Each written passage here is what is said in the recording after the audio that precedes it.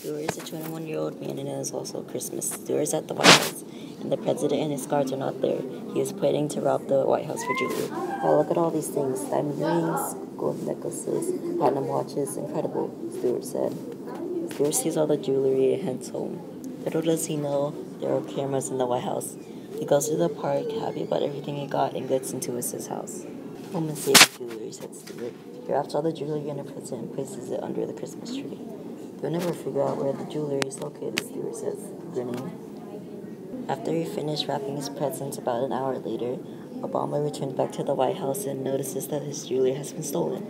He broadcasts it on the news as soon as possible.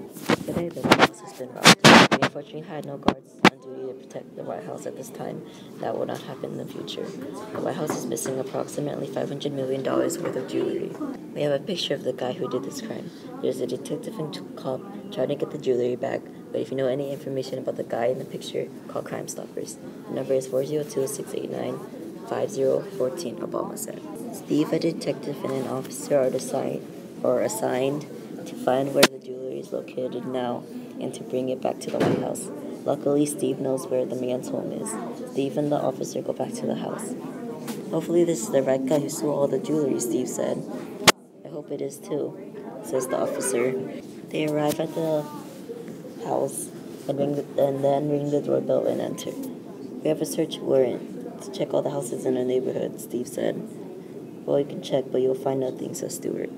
Steve and the officer walk through the house and try to search for the jewelry. Sadly, they found nothing.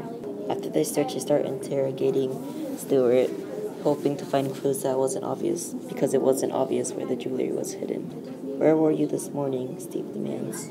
I was at the park, and then went home to wrap the presents for my children, who will come back in the afternoon, he replied. Steve figures out that the jewelry can be in the presents. Steve opens the presents and finds the jewelry. The policeman handcuffs Stewart and says, we'll be taking that back to the White House and you'll have 20 years in prison.